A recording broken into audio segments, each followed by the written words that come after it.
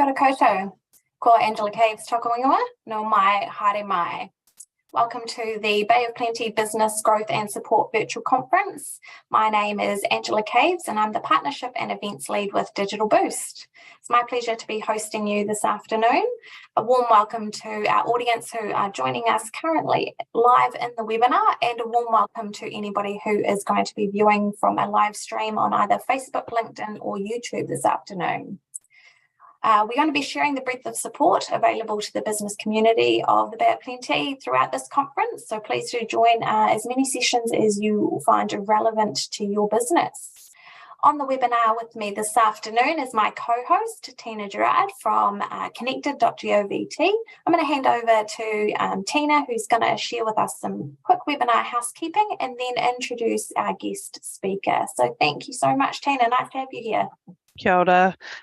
Ko Tina Gerard Takawango. I am the Employment Liaison Advisor for Connected based in Western Bay of Plenty. So for those of you who are joining us today in the webinar, you can see and hear us, but we can't see or hear you. So please feel free to add any questions or comments into the chat using the Q&A function available, and we'll address any questions towards the end of the presentation.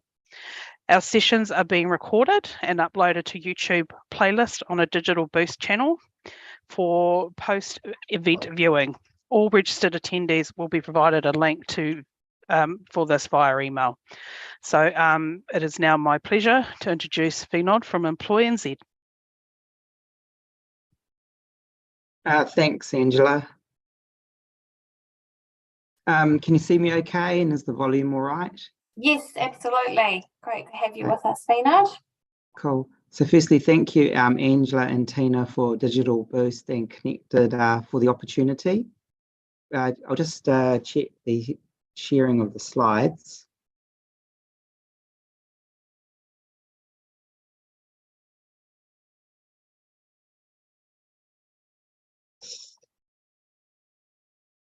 Are you able to see the slides okay? Yes, we're at the beginning slides, so ready when you are, Vinod. Cool. Thanks for that check-in.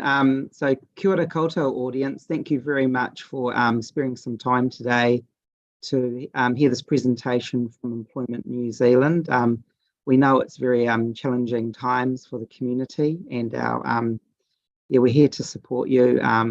This session today is focused on Employment 101 information. Just want to reiterate that we really appreciate you taking out some time to join the session. So our brand name is Employment New Zealand, and this is dated the 21st of February. For more information, please refer to the website. Today, we'll be providing you with information on your employment rights and responsibilities.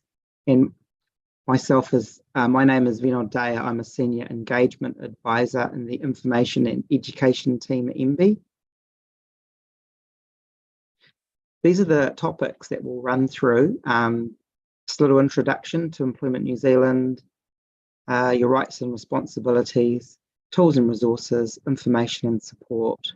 And just noting to start things, if you do have any queries, can you please add them to the chat, and we'll look at those questions at the end and see if what we can do to help you with some general information. And the scope of our talk today is just to provide more general information and not legal advice. Some of you may have heard about the Employment New Zealand brand, or you may not have, but it's the sort of public-facing brand of MB in the Employment New Zealand space, trying to help businesses and the community know about the employment rights and responsibilities. We have a website, employment.gov.nz. We're active on social media, especially Facebook and LinkedIn. We have a team who look at dispute resolution, and one of the more high-profile public teams is the Employment Mediation Services. And we also have an enforcement team called the Labour Inspectorate. And you may, from time to time, see their name connected to some media releases where people who are caught out not following the employment standards held to task through fines and penalties and that kind of thing. Some of the key foundational things you need to look at as a employer is getting the employment status right of the people that you work with, and knowing when you should be hiring someone as an employee or a contractor or a volunteer. So just the key point is make sure that you're clear that you've got the right employment status or work status. And if you're not sure, get advice, because getting this right early will save you a lot of problems down the track. And sometimes it can be a little bit of a tricky area. So just going to run you through some tests and some general information. So by definition, who is an employee is anyone who has agreed to be employed under a contract of service to work for some form of payment, including wages, salary, commission, or piece rates. So it includes those people who some people might not think as employees, like fruit pickers and that kind of thing, who are employed in piece rates. And these are the sorts of things that employees can include. So full-time, fixed-term, seasonal, casual, and part-time employees, if they're on probationary trial period, home workers, and people who've been offered and accepted a job. It doesn't include people who are self-employed or independent contractors, and it doesn't include volunteers.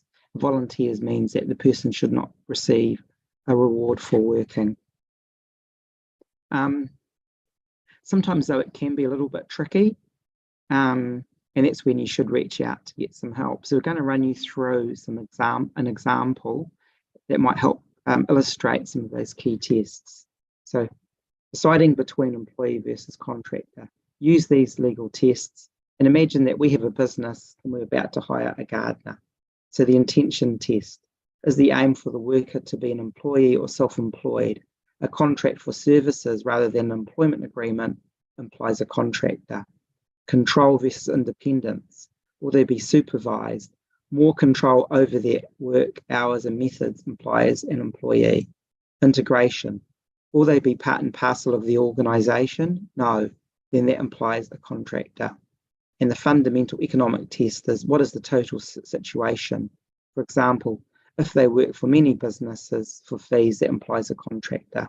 So see if you can work out the work status yourself. If you're not sure, seek some professional advice or contact Employment New Zealand, and we might be able to refer you to some services that can help.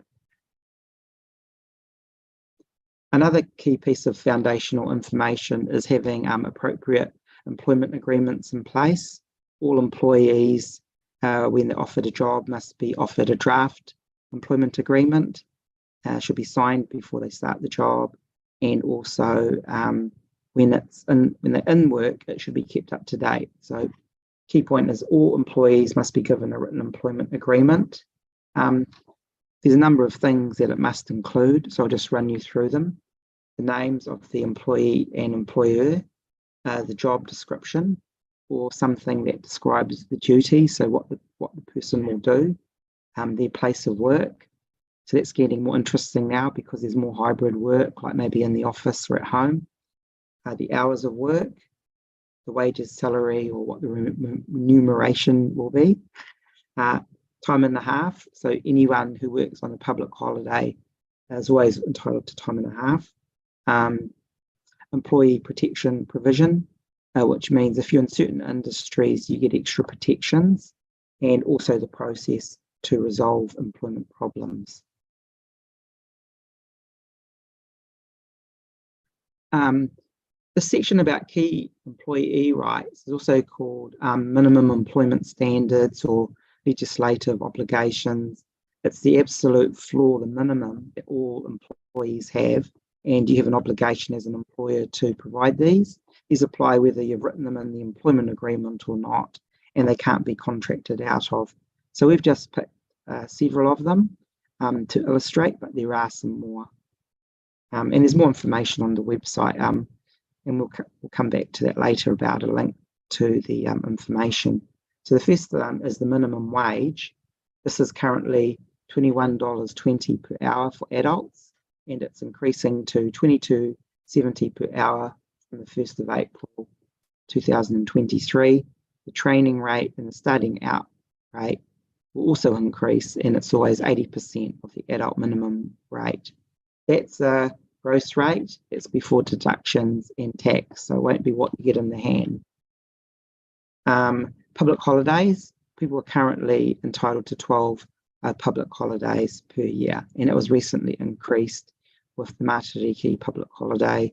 And also keep in mind that people also have a regional or provincial public holiday as well. But not the same across the country, but as applies in each area. Annual holidays, after 12 months, people are entitled to 12 weeks paid annual holidays per year for resting relaxation. There's quite another number of rules you should look up about people when they cash up and your ability to decline requests, but that's the general rule. Sick leave, that kicks in after 6 months, and the entitlement is now 10 days per year. That's for the employee if they're sick or unwell, or someone who's a dependent in their family's unwell, so they can look after them. Bereavement leave, this also starts after 6 months, and it's at 3 days or 1 day. So it's 3 days per bereavement if the person is especially close to the employee, like it's their wife or husband, child, parent, that kind of thing. Very close relationship. If it's more of an extended relationship, say a cousin or an uncle, then it's 1 day, and that's discussed with the employer. It's discussed with the employer. Bereavement leave is different than other types of leave. It's not on a per annum basis. It's on a bereavements basis. So after someone has completed their 6 months, for every bereavement they may unfortunately have, they're entitled to this leave provision. Domestic violence leave, after 6 months, those people unfortunately victim of domestic violence leave are able to take 10 days leave per year. Rest and meal breaks, they actually depend on the hours worked. The idea is that the law is saying, hey, it's really important, and where it's practicable, employees should be given the appropriate rest and meal breaks.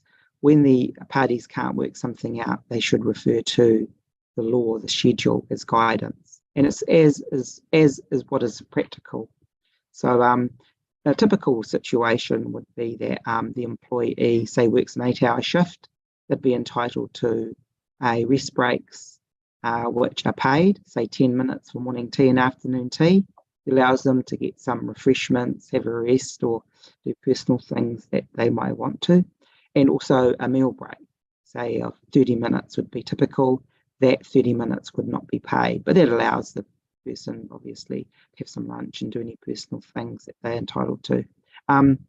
The type of rest and meal breaks depend on how long that shift is.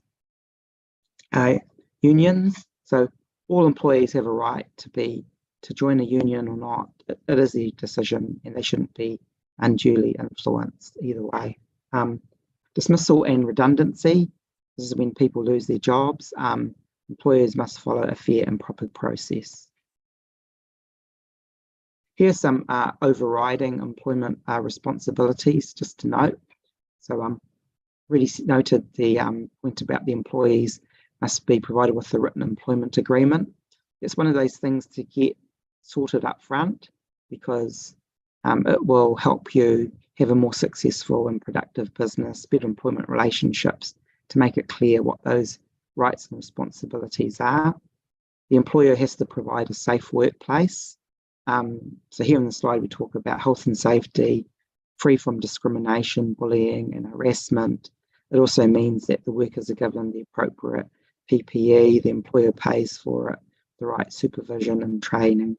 Basically, that the workplace is appropriately safe. That's the employer's responsibility. And they also must follow a fair process of taking any disciplinary action. So depending on what the action is, if it's misconduct or serious misconduct, there's slightly different rules, but the overriding principle is the process must be fair. And finally, a very important thing is about maintaining proper records. So maintaining wage and time records, holiday and leave records. So many small businesses choose to run their own sort of record keeping, payroll, that kind of thing. most important thing is to make sure that you know all the records that you should be keeping, get your systems and processes sorted up front early so you don't have problems later, because if you don't have the right processes in place and the right records, you won't be able to meet your legal obligations. This is another sort of prevention thing to save you problems down the track.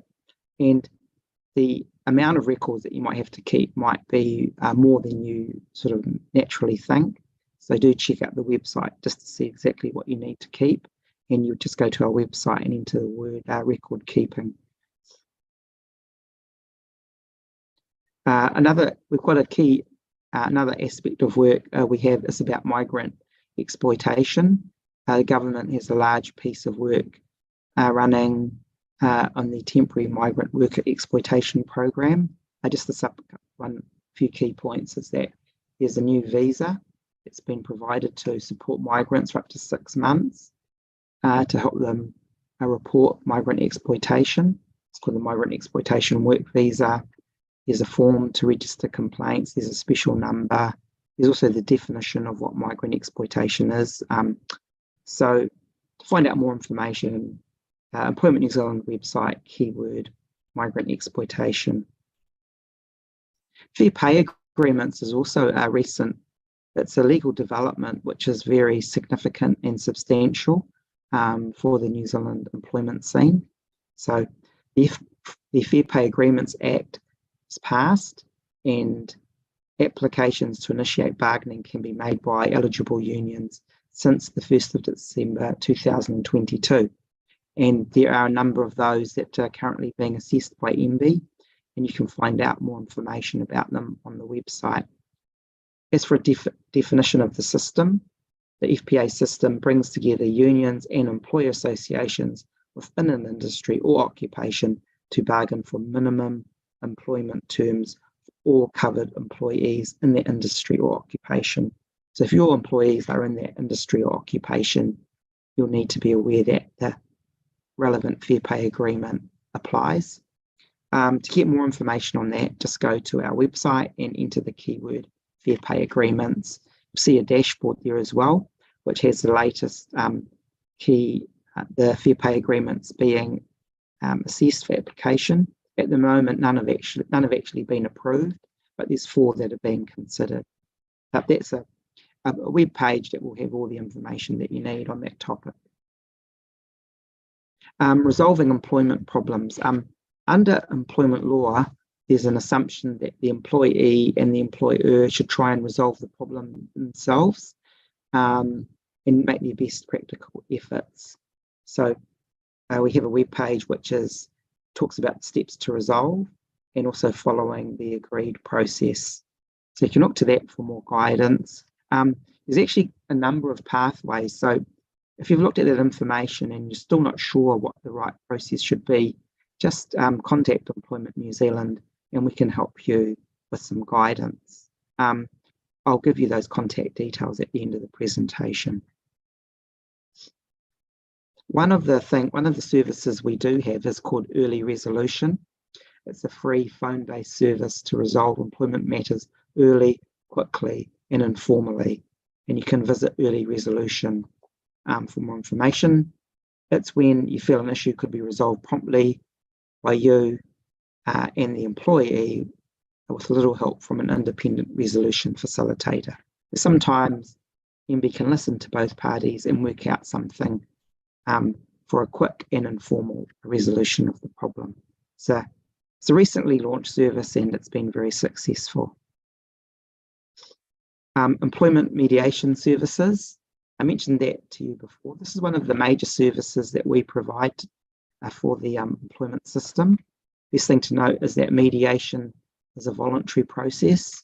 It's when an independent mediator helps the parties to work through issues and develop solutions together. And if you've tried to self-resolve yourself, it's a low-key way to try and resolve any issues. So on our website under mediation, you'll see lots of information about mediation services, what it is, and key thing to remember is that MBIE provides a free service called the Employment Mediation Services. We have lots of information there about how you make a booking, and how that service works. We strongly recommend, if you find yourself in that situation, to please check out and use that service. Now, when we talked about all those employee rights, that might feel like a lot of information for you to know, to keep on top of.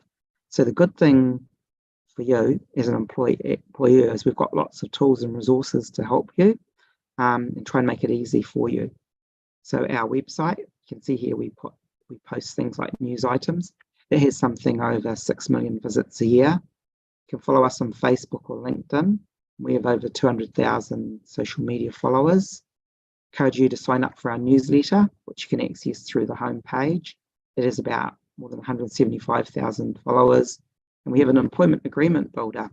So you can put those words in, search words into our homepage. You'll be taken there, and you've got a free tool there that can provide you for a legally compliant employment agreement template. You can use that template for all your employees and know that you're following the current law. It's a really successful product, been going for several years now, and it's had over 1 million uses. And then we've distilled some of just that key information and things like information that people might like to print out. So we've got a booklet, which is called Minimum Employment Rights and Responsibilities. Probably ideal if you're running a small business and know your employment rights. Probably ideal if you're an employee and you just want something short and simple with your key rights. Just going back to the employment agreement builder, it allows you to create tailored employment agreements for your staff. It covers what you must do by law and common mistakes and how to avoid. We also provide free 24/7 learning through our suite of employment learning modules. We've got 2 entry-level modules, one for employees and employers, and advanced modules on other topics, employee and employer versions. So each of those modules take about 15 to 20 minutes. I encourage you to check them out. It's kind of good for you to know as an employer what you know, maybe what you don't know as well. So when you know what you don't know, you'll know to make sure that you get support. So you are always following the law. And then also, there are some modules aimed at the employees, which you might want to share with your employees so they know a little bit about their rights and obligations. So as well as those 2 entry-level ones, the advanced ones, I'll just run you through those topics. We look at our working arrangements. That's like your employment status, employee versus contractor, the employment agreements, which we said was the foundation, pay and wages, hours of work, annual leave, other leave, so that's like bereavement, sick leave, parental leave, etc., and resolving problems. So we talked about things like the early resolution and employment mediation services. You can access it through this link here, NZ elearning.ac.nz, or you'll find a link from the homepage of our website. So very easy to remember where you get the information. You can put Employment New Zealand into Google, or you can try going direct to employment.gov.nz, and that place where you'll find that information on the minimum rights, put in the keywords minimum rights, and you'll find a whole bunch of information there. Here's some other ways that Employment New Zealand can help you. We have a service centre for general inquiries, so sometimes you might not find that information on the website. You want to talk to someone. So the service centre runs generally for during general business hours. There's a free telephone interpreting service covering over 180 languages. Got a toll-free number, 0800 20 90 20. And the most important thing is they can help you with general information and point out what some of your options are.